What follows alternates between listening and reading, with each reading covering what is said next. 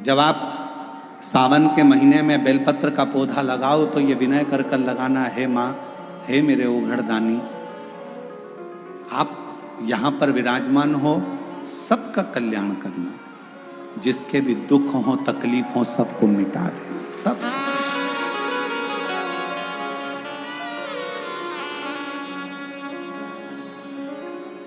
मौके का इंतजार ना करिए। खास मौके का इंतजार केवल एक मनुष्य करता है, और आखिरी में वो खास मौका आता है कि नहीं आता कोई भरोसा नहीं होता। कई लोगों की आदत में जूते खरीद के लाए, मम्मी अभी मैं पहनूंगा, कपड़े खरीद के रख लिए, अलमारी भरा रही है, अलमारी में कपड़े जमे हुए हैं, अभी मैं पहनूंगा, खास मौका आन दो, मौका आन दो, मौका आन दो। और खास मौके का इंतजार करते करते करते करते मालूम पड़े कि वो मौका फिर कभी आता ही नहीं है, और ना जाने वो कौन सी घड़ी आ जाती है। जीवन का क्या ठिकाना।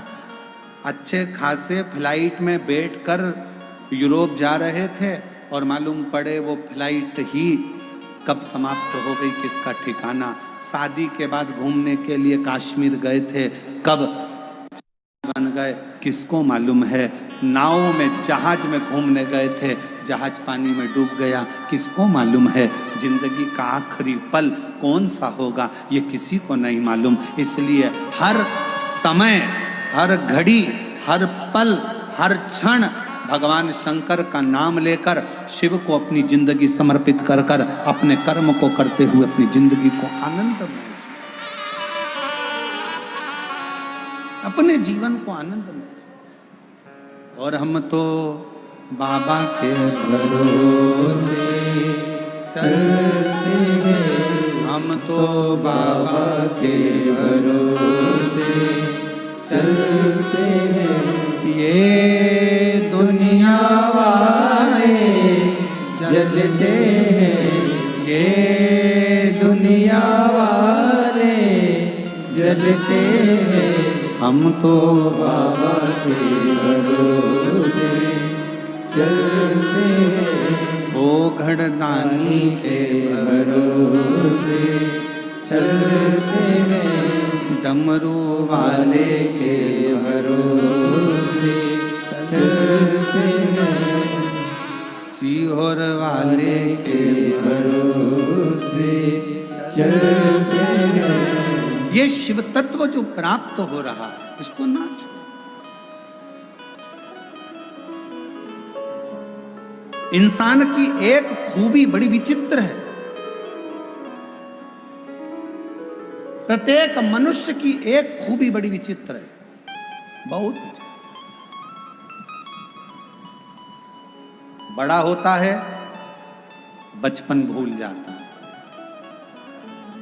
शादी होती है मम्मी पापा को भूल जाता है,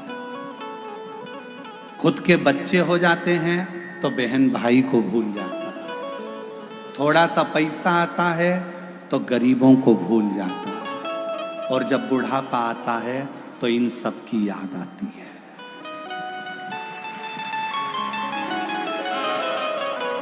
जब बुढ़ापा आएगा बचपन भी याद आएगा। अपने घर के बच्चों को बताओ कि हमारा बचपन ऐसा था, हमारे बचपन में ऐसा हुआ था। बुढ़ापा आएगा बचपन भी याद आएगा, बुढ़ापा आएगा माता पिता भी याद आएंगे, बुढ़ापा आएगा मित्र भी याद आएंगे, बुढ़ापा आएगा गरीब दोस्त भी याद आएंगे। समय बुढ़ापा आएगा तो अपने बहन भाई भी याद आएंगे। ये मनुष्य की बड़ी विचित्र लीला,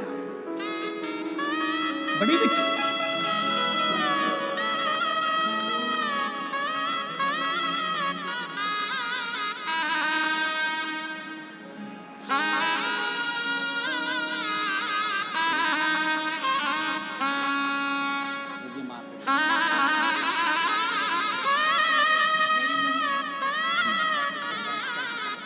माता को कैंसर था, 200 ग्राम की चेस्ट में गठान थी। बाबा की कृपा से बिना ऑपरेशन के कैंसर पूरा समाप्त हुआ। ये शिव की कृपा। जीवन बड़ा विचित्र, इसको समझना पड़ेगा बहुत। आज कथा का बेलपत्र शिव महापुराण का आज कथा का चतुर्थ दिवस विराम की ओर जाएगा। ये कथा तो 2 तारीख को पूरी हो जाएगी। 5 तारीख से 5 दिवसीय शिव महापुराण की कथा 9 तारीख तक 1 बजे से 4 बजे तक फिर वही गुरु पूर्णिमा महोत्सव की कथा प्रारंभ होगी। 10 तारीख को गुरु दीक्षा शिव दीक्षा सीहोर में आयोजित रहेगी, गुरु पूर्णिमा महोत्सव रहेगा। फिर 12 जुलाई से 18 जुलाई तक कोरबा छत्तीसगढ़ में शिव महापुराण की कथा रहेगी 1 बजे से 4 बजे तक। फिर 30 जुलाई से 5 अगस्त तक जयंती स्टेडियम भिलाई छत्तीसगढ़ में शिव महापुराण की कथा रहेगी। ऐसे कथाओं का क्रम, सावन के महीने में आपको शिव जी की कथा सुनने का मौका मिलेगा। ये शिव जी की बड़ी कृपा रहेगी, शंकर की करुणा, उनकी उदार। 6 अगस्त को बाबा की प्रदोष काल की कावड़, प्रदोष के दिन की कावड़ भराएगी सीहोर में। आप भी बाबा से विनय करने के लिए सुबह 9 बजे बाबा की कावड़ सीहोर सीवन नदी से चलकर कुबेरेश्वर धाम तक चलेगी। आप भी साथ में 11 किलोमीटर बोल बम बोल बम बोल बम बोल बम बोल बम बोलते बोलते बाबा को कावड़ चढ़ाओ, अपने जीवन को सार्थक। शिव शिव एक बेलपत्र, मानव के जीवन में केवल बेलपत्र का मात्र स्पर्श ही हमारे जीवन में सुख प्रदान कर देता है। इसी बेलपत्र की महत्वता ये 7 दिवसीय शिव महापुराण बेलपत्र शिव पुराण बेजापुर में अपन श्रवण कर रहे हैं। भगवान श्री गणेश जी महाराज का प्रागट्य होता है, शिव पार्वती जी पधार रहे हैं। जोरदार ताली बजाकर स्वागत करें उनका। बाबा देव महादेव की पवित्रानंदमय लीला सुंदर भाव से आज कथा का 4th दिवस यहाँ विराम होगा। कल कथा का 5म दिवस की ओर आगे बढ़ेंगे। हर हर महादेव।